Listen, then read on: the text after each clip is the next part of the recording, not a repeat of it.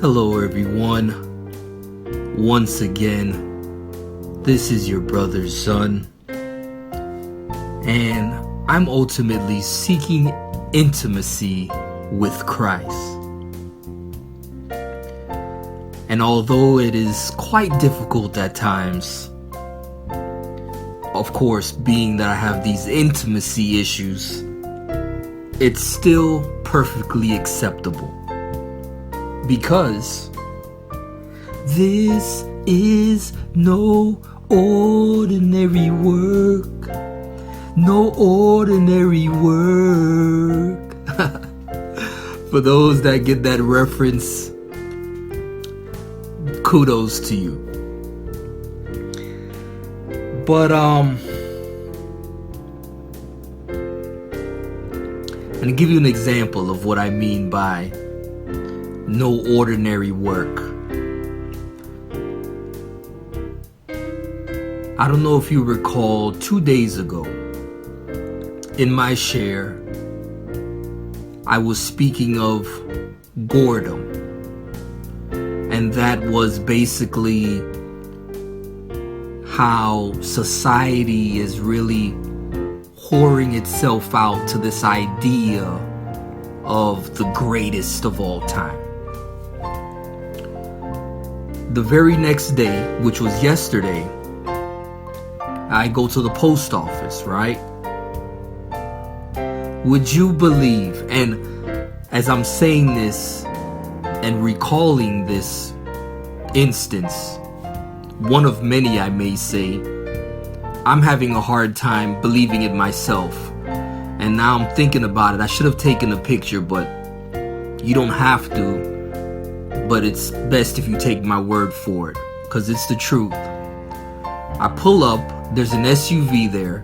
SUV was already there, parked. It must have been there for a while, because the occupant of the vehicle was already inside and at the counter already.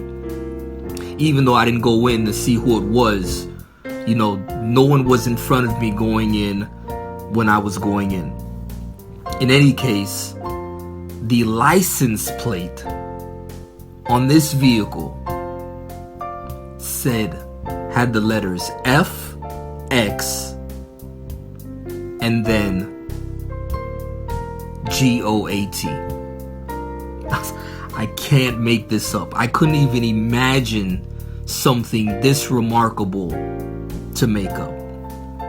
And of course, blowing my mind when just the day before, the night before, this idea and this thought was impressed upon me enough to share.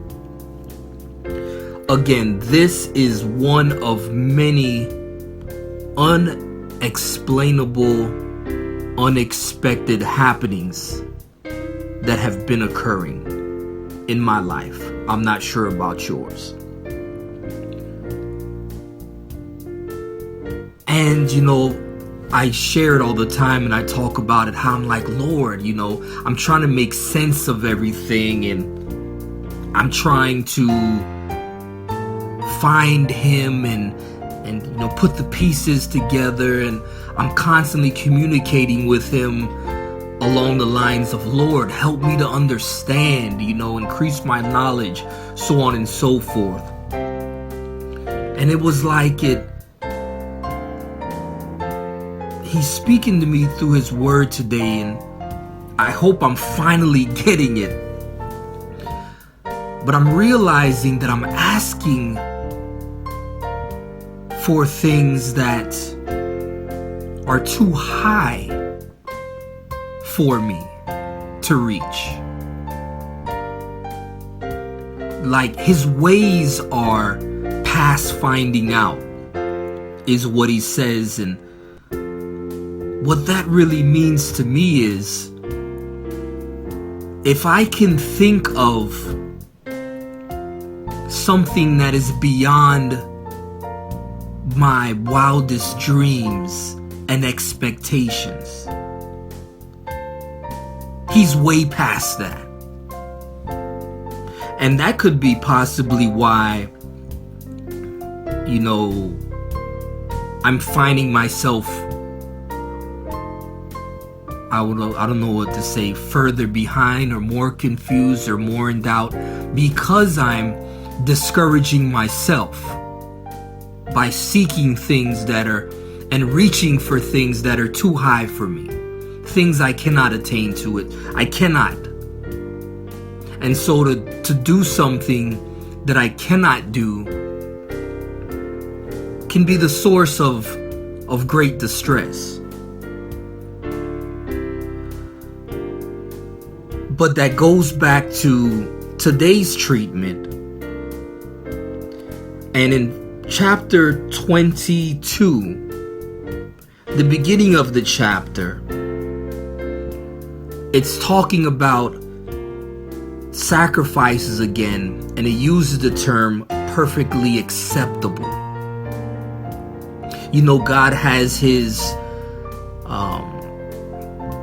he has the right way of doing things that he seeks to align us to. And when we do that, we become perfectly acceptable. You know what? I'm actually going to scratch that by leaving it on the record and say that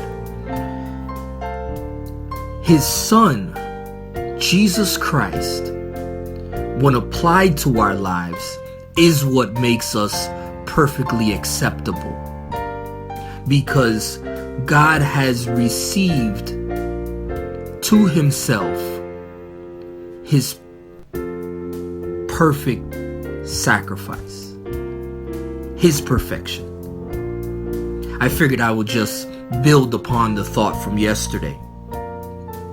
Because ultimately, in this pilgrim way, and to use what really God communicated to me on yesterday, by pursuing this consecrated life. And what is consecration again? Based on the definition, it is the solemn dedication to a special purpose or service. In the kingdom of heaven, the things in the kingdom of heaven, the way things are and the way things go are so far beyond this human plane of existence that to me, it doesn't make sense. It is out of the ordinary, unexplainable, yet and still perfectly acceptable. For by me accepting the sovereignty of God, it puts me in a place of perfect peace. Wow. His unordinary love continues to be done. Caption this.